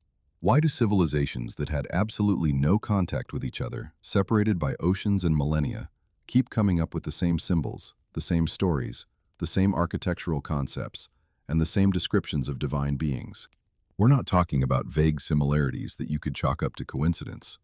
We're talking about specific, detailed parallels that appear across every inhabited continent, in cultures that couldn't possibly have compared notes. Either human imagination is far more predictable than we assume, or something else is going on. Let's dig into some of the most striking examples of universal symbolism and see if we can figure out what's connecting these dots across space and time. Let's start with the obvious one: pyramids. We've mentioned the global distribution of pyramid structures before, but it's worth examining this phenomenon more closely from a symbolic rather than engineering perspective. The Egyptians built pyramids. So did the Maya, the Aztecs, the inhabitants of ancient Mesopotamia with their ziggurats, the Chinese with their burial mounds, the Sudanese with their Nubian pyramids, the Indonesians at Borobudur and Gunung Padang, and even the ancient inhabitants of the Canary Islands with their mysterious step pyramids at Guimar. That's a lot of triangles for cultures that supposedly developed in isolation. The standard explanation is convergent evolution of architectural forms. Pyramids are structurally stable, relatively easy to construct by stacking progressively smaller layers, and visually impressive. Fair enough. But the similarities go deeper than basic geometry. In multiple cultures, pyramids weren't just monumental architecture. They were cosmic machines, devices for connecting Earth to the heavens. The Egyptians called their pyramids Perneter, which roughly translates to House of Energy or House of Nature. The Maya used their pyramids as astronomical observatories and ritual platforms where priests communicated with celestial beings. Chinese pyramids served as burial mounds designed to launch emperors into the afterlife and connect earthly rule to heavenly mandate. The function assigned to these structures, bridging the gap between human and divine realms, remains remarkably consistent across cultures. These weren't just fancy tombs or impressive public works projects. They were understood as technology for transcendence, which is a pretty sophisticated concept for cultures supposedly developing independently from scratch. Now let's talk about serpents. If there's one symbol that appears more frequently across ancient cultures than any other, it's the snake. And not just as a decorative motif, but as a central religious figure often associated with wisdom, knowledge, and cosmic power. The Egyptians had the uraeus, the sacred cobra worn on the pharaoh's crown, and Wadjet, the serpent goddess of Lower Egypt. They also depicted Apophis, the chaos serpent, and incorporated snake imagery throughout their religious architecture. The Maya and Aztecs had Quetzalcoatl and Kukulkan, the feathered serpent deities who were credited with bringing civilization, writing, and astronomical knowledge to humanity. The Hindus have the Nagas, divine serpent beings who guard treasures and possess great wisdom. The Greeks had the serpent-entwined staff of Asclepius, symbol of healing and medicine that we still use today in medical logos. The Chinese have the dragon, which in its original form was essentially a divine serpent associated with wisdom, power, and celestial phenomena. The Norse had Jormungandr, the world serpent. Aboriginal Australians have the rainbow serpent, a creator deity. African traditions feature numerous serpent gods and spirits. Native American cultures, from the Hopi to the Cherokee, include serpent figures in their creation myths and spiritual traditions. The Garden of Eden story features a serpent as the source of forbidden knowledge. That's a lot of snakes for a creature that most people find instinctively unsettling. Why would cultures across the globe, from tropical jungles to frozen tundras, from island chains to continental interiors, all independently decide that serpents represented divine wisdom and cosmic knowledge? The conventional explanation points to snakes' association with transformation through shedding skin, their mysterious behavior, and their presence in most human environments. But the consistency of the symbolism, particularly the connection to forbidden or divine knowledge, seems too specific for coincidental parallel development. Closely related to serpent symbolism is the prevalence of winged beings in ancient traditions. Angels in Judeo-Christian tradition. The winged Anunnaki figures in Mesopotamian art. Winged sun discs in Egyptian iconography. Garuda, the divine eagle of Hindu and Buddhist traditions. The Tengu of Japanese folklore. Winged serpents throughout Mesoamerican culture. The Nike of Greek tradition, represented as a winged female figure. The Faravahar of Zoroastrian Persia. Native American Thunderbird legends. Virtually every ancient culture describes beings capable of flight, often depicted with wings, associated with divine power and communication between heavenly and earthly realms. These beings are typically portrayed as messengers or intermediaries, traveling between the realm of the gods and the world of humans. The consistent imagery of flight, wings, and aerial capability attached to divine figures is striking. Were our ancestors simply projecting their natural envy of birds onto their spiritual beliefs? Or were they describing actual observations of beings or vehicles capable of flight? The sun cult phenomenon deserves similar attention. Solar worship appears independently in Egypt with Ra, in Mesoamerica with Tonatiuh and various other solar deities, in Japan with Amaterasu, in Hinduism with Surya, in Greek tradition with Helios and Apollo, in Persian religion with Mithras, in Native American traditions from the Inca to the Plains tribes, and in countless other cultures worldwide. Sun worship makes intuitive sense. The sun is essential for life, and its daily cycle provides the most obvious natural rhythm in human experience. But many of these solar traditions include specific details that go beyond simple nature worship. They describe the sun as a vehicle, a craft, or a source of divine power, rather than merely a celestial body. The Egyptian Ra traveled across the sky in a boat. Surya rode a chariot pulled by 7 horses. The Greek Helios drove a flying chariot. These aren't just poetic descriptions of the sun's movement. They're consistent imagery of the sun as something piloted, controlled, or operated. Were ancient peoples anthropomorphizing natural phenomena, or were they describing something they'd actually witnessed?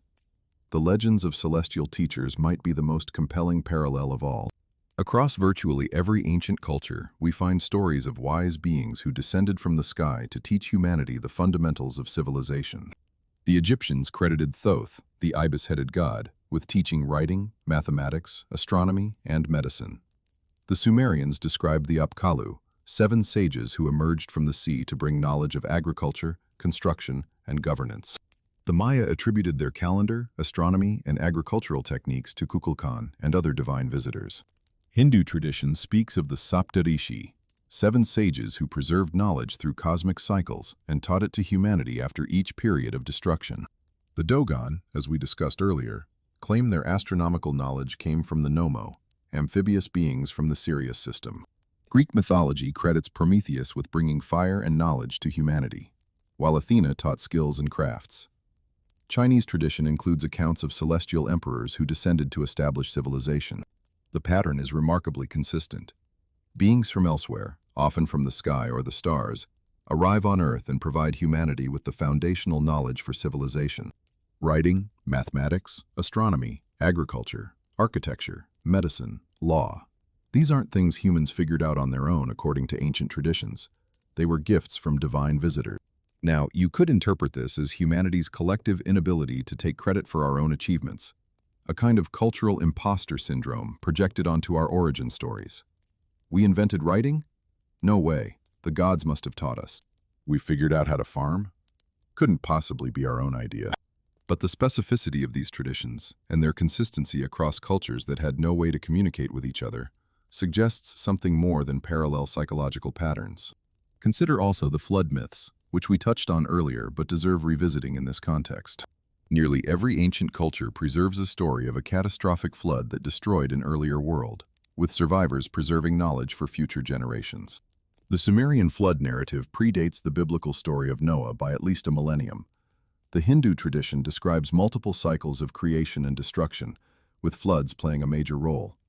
Greek mythology includes Deucalion's flood, Mesoamerican traditions speak of previous worlds destroyed by water. The Chinese remember a great flood tamed by the legendary Yu. Native American traditions from the Hopi to the Cree include flood stories. These aren't vague references to local flooding events. They're descriptions of world-ending cataclysms that reset civilization, often accompanied by divine intervention to preserve select survivors and essential knowledge. If a global catastrophe actually occurred, as the Younger Dryas impact hypothesis suggests, these myths might preserve genuine cultural memory of that event, passed down through thousands of generations. The architectural symbolism extends beyond pyramids to include other consistent elements. The concept of a world tree, or axis mundi, a central pillar connecting earth to heaven, appears in Norse mythology with Yggdrasil, in Maya tradition with the Ceiba tree, in Hindu cosmology with Mount Meru, in Chinese tradition with Kunlun, mountain, and in various forms across dozens of other cultures. The idea of a cosmic center, a point of connection between realms, seems to be universal. Similarly, the use of circular stone arrangements, henges, and standing stone formations appears across Europe, Africa, Asia, and the Americas, often with astronomical alignments built in. These weren't random decorative choices. Ancient peoples worldwide were encoding similar cosmological concepts into their architecture, concepts that seem far too sophisticated for cultures supposedly just emerging from the Stone Age. The mathematical and geometric constants embedded in ancient structures add another layer to this puzzle. The ratio known as phi, the golden ratio, approximately 1.618, appears in Egyptian pyramids, Greek temples, Maya architecture, and structures across the ancient world. The relationship between pi and architectural dimensions shows up repeatedly. Sacred geometry, the use of specific ratios and forms believed to have spiritual significance, appears independently in cultures from India to Peru. How did isolated peoples arrive at the same mathematical principles and decide to embed them in their most sacred constructions? The standard explanation invokes natural human pattern recognition and the aesthetic appeal of certain proportions. But the precision and consistency of these mathematical relationships in structures thousands of miles and thousands of years apart suggests either communication we don't know about or a common source of knowledge. Skeptics of the ancient astronaut theory point out that human brains are wired similarly worldwide, leading to similar cognitive outputs. We all observe the same natural phenomena: the sun, stars, seasons, animals. And we all face the same basic challenges of survival, social organization, and meaning-making. Similar inputs plus similar hardware equals similar outputs. This is a reasonable argument, and it explains some of the parallels we observe, but it doesn't explain everything. It doesn't explain the specific details like Sirius B knowledge or processional cycles encoded in mythology. It doesn't explain why celestial teachers always bring the same gifts, writing and astronomy and agriculture, rather than different skills in different cultures. And it doesn't explain why flood myths include consistent elements like warnings from divine beings, construction of survival vessels, and the preservation of essential knowledge. What we're left with is a genuine mystery. Either human cultures are far more connected than conventional history acknowledges, sharing knowledge across distances that should have been impossible, or they received common instruction from a source we haven't identified. That source could be a lost terrestrial civilization that spread knowledge before collapsing. It could be extensive maritime networks linking ancient peoples in ways we're only beginning to discover. Or, as the ancient astronaut theorists propose, it could be non-human intelligences who visited Earth at some point in the distant past and seeded multiple cultures with foundational knowledge. None of these explanations can be definitively proven with current evidence, but the parallels themselves are undeniable, carved in stone and preserved in texts and oral traditions across every continent. Perhaps the most remarkable aspect of these universal symbols is their persistence. Despite thousands of years of cultural change, religious conversion, and social upheaval, the same imagery keeps resurfacing. Snakes remain symbols of knowledge and transformation. Solar imagery dominates religious art. Pyramidal forms appear in modern architecture, often unconsciously echoing ancient precedents. The stories of celestial teachers have evolved into stories of angels, aliens, or advanced beings from other dimensions. We keep telling the same stories, using the same symbols, grasping at the same mysteries. Either this reflects something deep in human psychology, an archetypal language hardwired into our collective unconscious, or it reflects genuine historical experience that refuses to be forgotten. The answer might change how we understand not just our past, but our place in the cosmos. And that's a question worth taking seriously. We've examined physical structures, genetic anomalies, and cultural patterns. Now it's time to open some very old books and read them with fresh eyes. Because scattered throughout the world's ancient religious texts are passages that sound less like spiritual poetry and more like technical documentation. Descriptions of flying machines with specific operational details. Accounts of journeys to the heavens that read like astronaut mission logs. Encounters with beings who travel in vehicles of fire and light, moving in ways that defy conventional physics. For centuries, scholars interpreted these passages as metaphor, mythology, or drug-induced hallucinations. But what if some of these ancient writers were actually trying to describe real technology and real encounters that they simply lacked the vocabulary to explain? What if, buried within our holiest texts, are user manuals for machines we've only recently begun to understand? Let's start with the Vedas, the ancient Sanskrit texts of Hindu tradition, composed somewhere between 1500 and 1200 BCE, though many scholars believe they preserve oral traditions far older. The Vedas describe a variety of divine vehicles called vimanas, and these aren't vague references to gods riding clouds or sitting on thrones. These are detailed descriptions of flying craft with specific characteristics, capabilities, and even operational requirements. The Vaimanika Shastra, a text claiming to be based on ancient sources, describes vimanas in extraordinary detail, including different types of craft for different purposes, the materials used in their construction, and the power sources that made them fly. Now, skeptics point out that the Vaimanika Shastra was actually written in the early 20th century through what was claimed to be psychic channeling of ancient knowledge, so its authenticity as an ancient document is questionable at best. But the references to vimanas in genuinely ancient texts like the Ramayana and Mahabharata are undeniably old, and they're surprisingly specific. The Ramayana, one of the great Sanskrit epics, describes the Pushpaka Vimana, a flying palace that could travel anywhere its pilot wished, carrying many passengers and moving at the speed of thought. Not exactly your average chariot pulled by horses. The Mahabharata, the other great epic, contains numerous references to flying vehicles used in warfare, shooting projectiles that sound suspiciously like missiles, and creating devastation that sounds suspiciously like nuclear explosions. One passage describes a weapon called the Brahmastra that produced a shaft fatal as the rod of death and caused the earth with its mountains and waters and trees to tremble. Survivors who witnessed the blast found their hair and nails falling out, classic symptoms of radiation poisoning. Were ancient Indian poets anticipating nuclear warfare through pure imagination? Or were they describing something they'd actually witnessed or learned about through traditions passed down from an earlier age? The technical details in some Vedic passages are striking. Vimanas are described as having mercury-based propulsion systems, rotating at high speed to generate lift. They're said to be constructed from specific metals and alloys with particular properties. They could become invisible, create loud sounds, and move in multiple directions, including straight up. Some descriptions mention protective shields that rendered the craft invulnerable to certain weapons. This is remarkably sophisticated imagery for texts composed over 3,000 years ago, long before the Wright brothers were even a concept.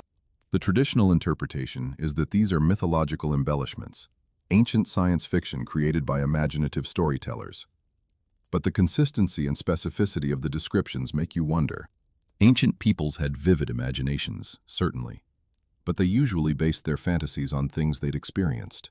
Where did the concept of mercury-powered flying machines come from, if no one had ever seen anything like it? Now let's travel from ancient India to ancient Israel and examine one of the strangest passages in the Hebrew Bible, the vision of Ezekiel. The book of Ezekiel opens with the prophet in exile by the Chebar River in Babylon, around 593 BCE, when he witnesses something extraordinary. A great cloud approaches from the north, with fire flashing within it, accompanied by a brightness all around and the appearance of glowing metal at its center. Out of this cloud emerge 4 living creatures, each with 4 faces and 4 wings, their legs straight, with feet like burnished bronze, gleaming like polished bronze. They moved in any direction without turning, going wherever the Spirit directed them, their appearance like burning coals of fire or torches, with lightning flashing among them. If you're thinking this sounds more like a UFO encounter than a spiritual vision, you're not alone. Ezekiel's description continues with something even stranger: wheels. As I looked at the living creatures, I saw a wheel on the ground beside each creature with its 4 faces. This was the appearance and structure of the wheels. They sparkled like topaz, and all 4 looked alike. Each appeared to be made like a wheel intersecting a wheel. The wheels could move in any direction without turning. Their rims were high and awesome, covered with eyes all around. When the living creatures moved, the wheels moved with them. When the creatures rose from the ground, the wheels rose also. Above the heads of the creatures was something like a vault, sparkling like crystal, awesome to behold. And above the vault was what looked like a throne of lapis lazuli.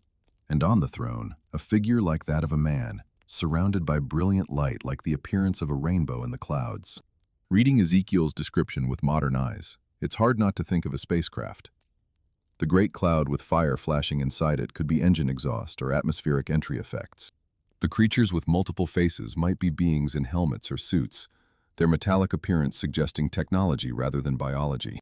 The wheel within a wheel, capable of moving in any direction, sounds remarkably like a gyroscope or some kind of omnidirectional propulsion system. The vault above them, sparkling like crystal, suggests a transparent dome or canopy. And the figure on the throne, surrounded by brilliant light, could be a pilot or commander viewed through some kind of cockpit window. Ezekiel himself seems to struggle with describing what he's seeing, repeatedly using phrases like the appearance of and something like, as if he's reaching for words to capture something beyond his frame of reference. In 1974, NASA engineer Joseph Blumrich decided to prove once and for all that Ezekiel's vision couldn't possibly describe a spacecraft. As someone who had worked on the Saturn V rocket and held patents in aerospace engineering, Blumrich figured he was uniquely qualified to debunk the ancient astronaut interpretation. Instead, his analysis led him in the opposite direction. The more he studied Ezekiel's description, the more convinced he became that it described a feasible spacecraft design. He published his findings in The Spaceships of Ezekiel, complete with technical drawings showing how the vehicle could have operated. The wheel within a wheel design, he argued, could function as omnidirectional landing gear. The creature's wings could be helicopter-like rotors. The fire and exhaust descriptions matched rocket propulsion. Blumrich didn't claim to prove extraterrestrial visitation, but he did demonstrate that Ezekiel's vision, taken literally, described something that could actually fly. Let's move from the canonical Bible to texts that didn't make the final cut. The Book of Enoch is an ancient Jewish text that was ultimately excluded from most biblical canons, but remains part of the Ethiopian Orthodox tradition, and was clearly influential in early Christianity. The book describes the prophet Enoch being taken up to heaven by angelic beings and shown the secrets of the cosmos. What makes Enoch particularly interesting is the level of astronomical detail in his celestial journey. He describes the movements of the sun and moon, the paths of stars, the causes of seasons, and various heavenly chambers with specific functions. Some of this knowledge was accurate, and some was wrong. But the ambition of the cosmological vision is remarkable for a text composed perhaps 2 to 3 centuries BCE. Most significantly, the Book of Enoch describes the Watchers, a class of angels who descended to earth, took human wives, and taught humanity forbidden knowledge. The offspring of these unions were the Nephilim, giants who brought corruption and violence to the world. The Watchers taught humans metallurgy, the making of weapons, cosmetics, astrology, and various arts and sciences that transformed human civilization.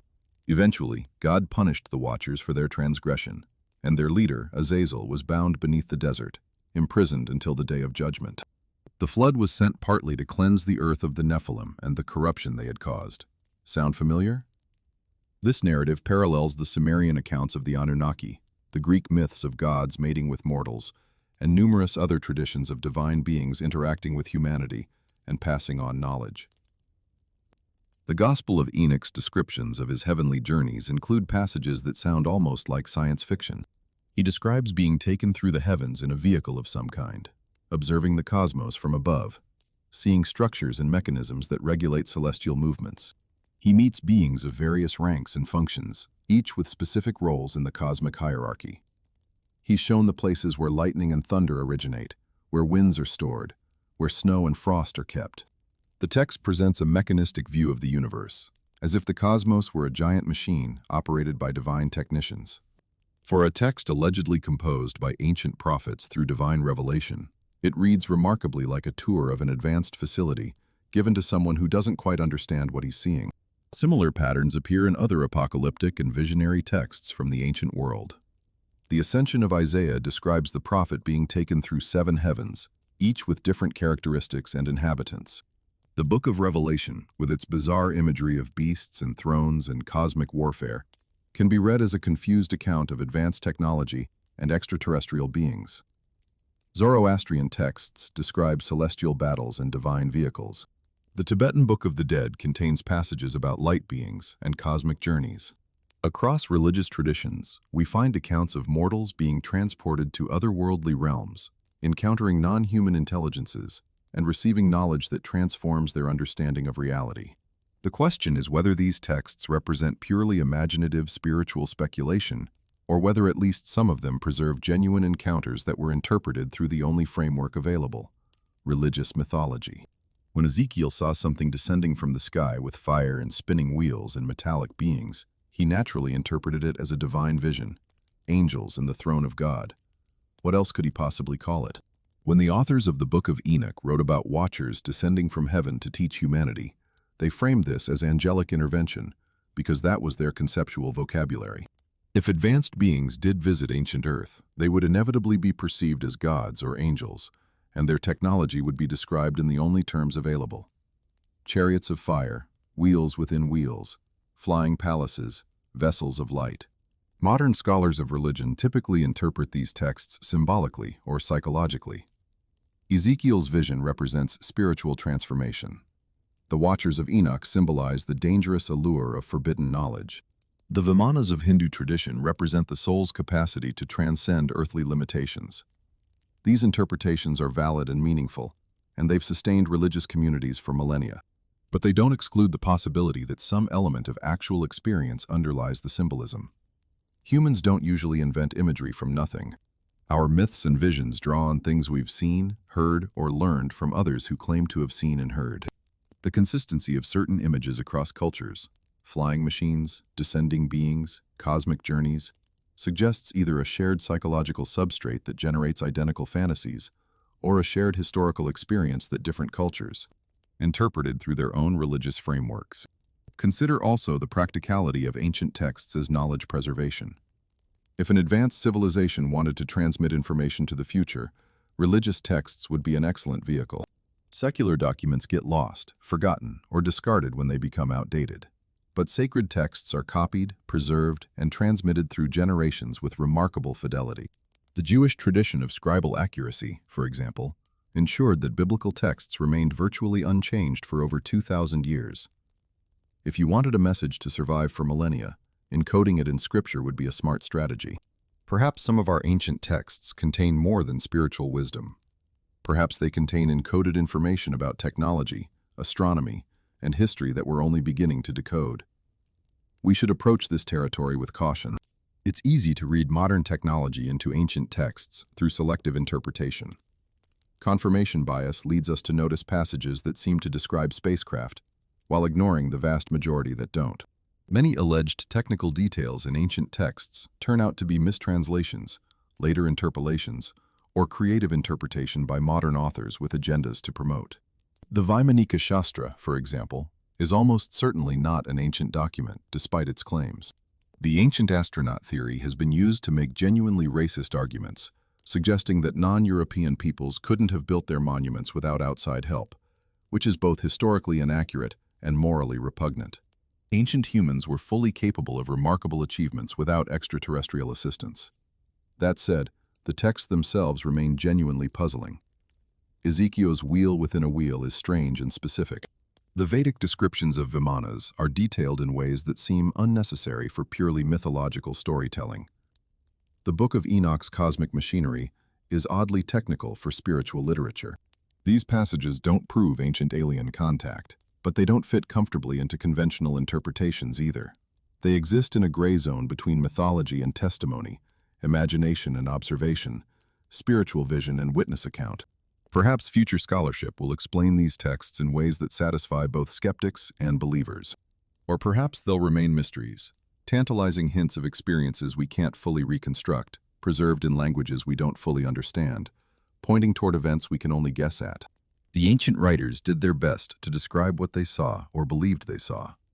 They used the vocabulary and concepts available to them, framing their experiences within religious traditions that gave those experiences meaning. Whether they encountered advanced technology, experienced altered states of consciousness, or simply possessed exceptionally vivid imaginations, their words have survived for millennia, still capable of inspiring wonder and debate. That alone makes them worthy of attention.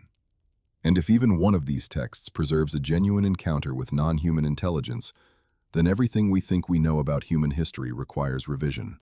The stakes are high enough to keep investigating, even if the answers remain frustratingly elusive.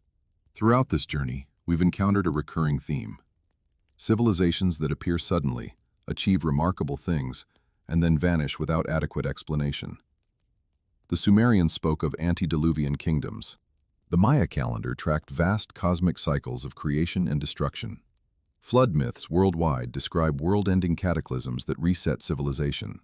But is there actual scientific evidence for catastrophic events that could have wiped out advanced prehistoric cultures? As it turns out, there might be. And the evidence comes not from ancient texts or mysterious monuments, but from geology, archaeology, and astronomy. So buckle up, because we're about to explore what might be the most dramatic plot twist in human history. The possibility that we've been here before, achieved great things, and had it all erased by cosmic disaster. Let's start with the Clovis culture, named after a site near Clovis, New Mexico, where distinctive spear points were first discovered in the 1930s. The Clovis people were the dominant human population in North America from roughly 13,500 to 12,800 years ago. They were sophisticated hunters who developed advanced tool technology, including the iconic fluted spear points that are instantly recognizable to any archaeologist. Clovis artifacts have been found across North America, from coast to coast, indicating a widespread and successful culture. They hunted mammoths, mastodons, giant sloths, and other megafauna that roamed the continent during the Ice Age. And then, approximately 12,800 years ago, they vanished from the archaeological record. Not gradually declined, not slowly evolved into something else. Vanished. Along with the megafauna they hunted. The extinction event that ended the Clovis culture also eliminated roughly 35 genera of large mammals in North America.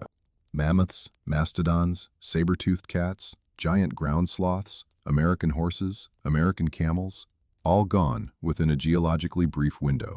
This wasn't a gradual process of human overhunting or climate change, though both factors may have contributed.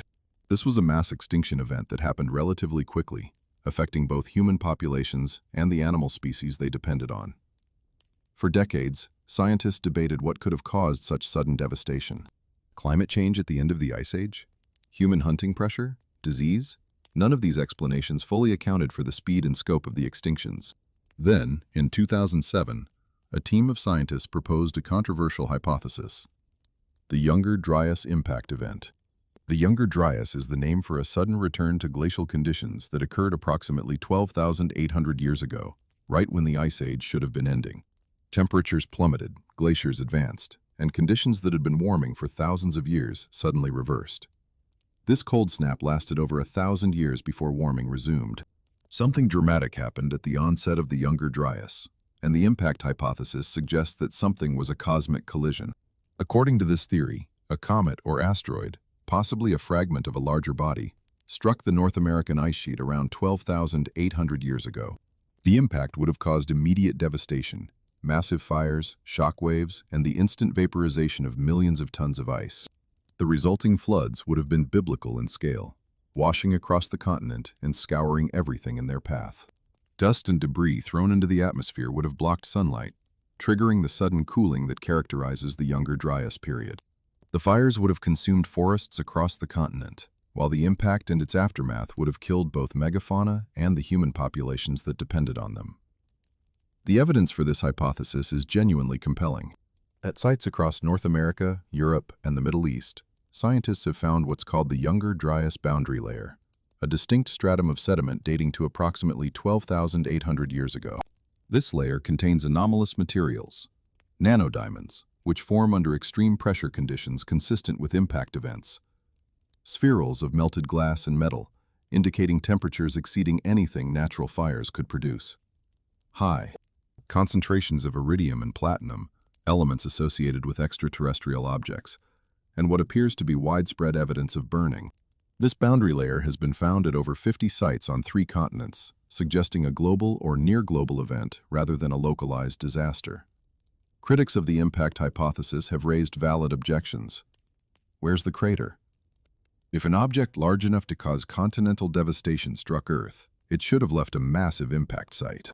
The response is that the impact may have occurred on the ice sheet itself, which has since melted, or that the impactor may have broken apart in the atmosphere, producing multiple airbursts rather than a single ground strike. The Tunguska event of 1908, when an object exploded over Siberia with the force of a large nuclear weapon without leaving any crater, demonstrates that devastating cosmic impacts don't always produce obvious geological signatures. Recent research has identified several potential impact sites, including what may be a 31-kilometer crater beneath the Greenland ice sheet, but confirmation remains elusive. If the Younger Dryas impact hypothesis is correct, its implications for human history are profound. The catastrophe occurred precisely when human civilization might have been taking its first steps beyond hunter-gatherer subsistence. Göbekli Tepe, with its sophisticated stone architecture, dates to just after this event, suggesting that survivors may have emerged from the catastrophe, determined to preserve knowledge and rebuild. The global flood myths, far from being purely symbolic, might preserve genuine cultural memory of the devastating floods that accompanied the impact. And the sudden appearance of agriculture and settled civilization in multiple locations shortly after this period might represent not independent invention, but the desperate efforts of survivors to reconstruct what had been lost. Some researchers have gone further, suggesting that the impact didn't just disrupt emerging civilization, but destroyed one that was already flourishing. The lost civilization hypothesis proposes that during the Ice Age, when sea levels were hundreds of feet lower and coastlines extended much further out, advanced societies had developed on lands that are now submerged. The impact and subsequent flooding would have devastated these coastal civilizations, erasing most evidence of their existence and leaving only fragments preserved at higher elevations or passed down through oral tradition. This would explain why sophisticated sites like Göbekli Tepe appear suddenly in the archaeological record. They represent not the beginning of civilization, but its recovery after catastrophe. The cyclical nature of cosmic catastrophe adds another dimension to this picture. Astronomers have identified several debris streams through which Earth passes regularly, including the Taurid meteor stream, which contains fragments of a massive comet that broke apart thousands of years ago. Some researchers believe the Younger Dryas impactor came from this stream, and that we pass through the densest part of this debris approximately every few thousand years. If true, the threat of cosmic impact isn't just ancient history. It's an ongoing risk that our ancestors may have been acutely aware of. Perhaps the astronomical obsession of ancient cultures, their careful tracking of celestial movements, and their construction of elaborate observatories wasn't just religious devotion, but practical survival knowledge. Watch the skies, because death can come from above. This brings us to an intriguing question. If advanced beings were monitoring Earth, whether extraterrestrial visitors or members of a more advanced terrestrial civilization, would they have warned humanity about cosmic dangers? The flood myths universally include divine warnings, instructions to prepare, and guidance for survival. The Sumerian Ziusudra, the biblical Noah, the Hindu Manu, and countless other figures receive advance notice of impending catastrophe and instructions for preserving life and knowledge. Were these purely mythological elements? Or do they preserve memory of actual warnings given by beings who understood the cosmic threat better than ordinary humans could? We've spent most of this journey in the ancient past, examining evidence that might suggest contact between humanity and non-human intelligences in prehistoric times. But if such contact occurred in the past, is there any reason to think it has stopped? Are there modern phenomena that might indicate ongoing interaction between humans and beings from elsewhere? This final chapter examines contemporary evidence that suggests, to some observers at least, that whatever was happening in ancient times may still be happening today. Fair warning, we're entering territory that mainstream science largely dismisses, but the evidence, whatever its ultimate explanation, is too substantial to ignore entirely. Let's start with crop circles, those geometric patterns that appear mysteriously in agricultural fields, predominantly in southern England but also worldwide. The phenomenon gained widespread attention in the 1980s and 1990s, when increasingly complex designs began appearing overnight in wheat, barley, and other crops. The simplest explanation is human artists working secretly at night, and indeed, several groups have demonstrated their ability to create impressive crop circles using simple tools like boards and rope. Case closed, right? Not quite. While many crop circles are demonstrably human-made, others present features that are difficult to explain through conventional methods. Some crop circles exhibit what researchers call node changes in the affected plants. The stems aren't simply bent or broken, they're altered at the cellular level, with elongated nodes and changes in growth patterns that would require application of significant heat or electromagnetic energy. Soil samples from some formations show unusual crystalline structures and changes in mineral composition. Some designs are so geometrically complex, incorporating sophisticated mathematical principles like the Mandelbrot set and sacred geometry ratios, that creating them in darkness over a few hours seems implausible without advanced planning and equipment. And then there's the scale. Some formations span hundreds of meters and contain hundreds of individual circles arranged in precise patterns. That's a lot of work for a prank nobody takes credit for. Skeptics argue that node changes can result from natural processes, accelerated by the pressure of flattening, that soil anomalies might have prosaic explanations, and that human ingenuity shouldn't be underestimated. These are reasonable objections, and the burden of proof lies with those claiming extraordinary origins. But the crop circle phenomenon, whatever its source, demonstrates that something unusual is happening in fields around the world, something that mainstream science has largely declined to investigate seriously. If nothing else, the mathematical sophistication of the best formations indicates intelligence at work, whether human or otherwise. Moving from fields to skies, let's examine the UFO phenomenon, recently rebranded by the U.S. government as UAP, Unidentified Aerial Phenomena, because apparently the old name was too embarrassing for official reports. For decades, governments worldwide dismissed UFO sightings as misidentifications, hoaxes, or the products of overactive imaginations. Then, in 2017, the New York Times published a bombshell article revealing that the Pentagon had been running a secret program to investigate UAP encounters. Suddenly, the topic that had been relegated to tabloids and late-night radio shows was being discussed seriously by mainstream media and government officials. The evidence that prompted this shift in official attitude included multiple incidents involving U.S. Navy pilots encountering objects that exhibited flight characteristics beyond any known technology. The now famous Tic Tac incident of 2004 involved pilots from the USS Nimitz carrier group tracking an object that appeared on radar, was visually confirmed by multiple witnesses, and was recorded on infrared camera. The object demonstrated capabilities that defied conventional physics: instantaneous acceleration, hypersonic speeds without visible propulsion, and the ability to transition from air to water without slowing down. Similar incidents have been documented repeatedly, with Navy and Air Force personnel reporting encounters with objects that exhibit what the official reports describe as signature management, the ability to remain virtually invisible to radar while being observed visually. In 2021, the U.S. Director of National Intelligence released a preliminary report on UAP that examined 144 incidents reported by military personnel. The report could not explain the vast majority of these sightings. It acknowledged that some UAP appeared to demonstrate advanced technology, including unusual flight characteristics and apparent ability to remain stationary in high winds or move against the wind, to maneuver abruptly, or to move at considerable speed without discernible means of propulsion.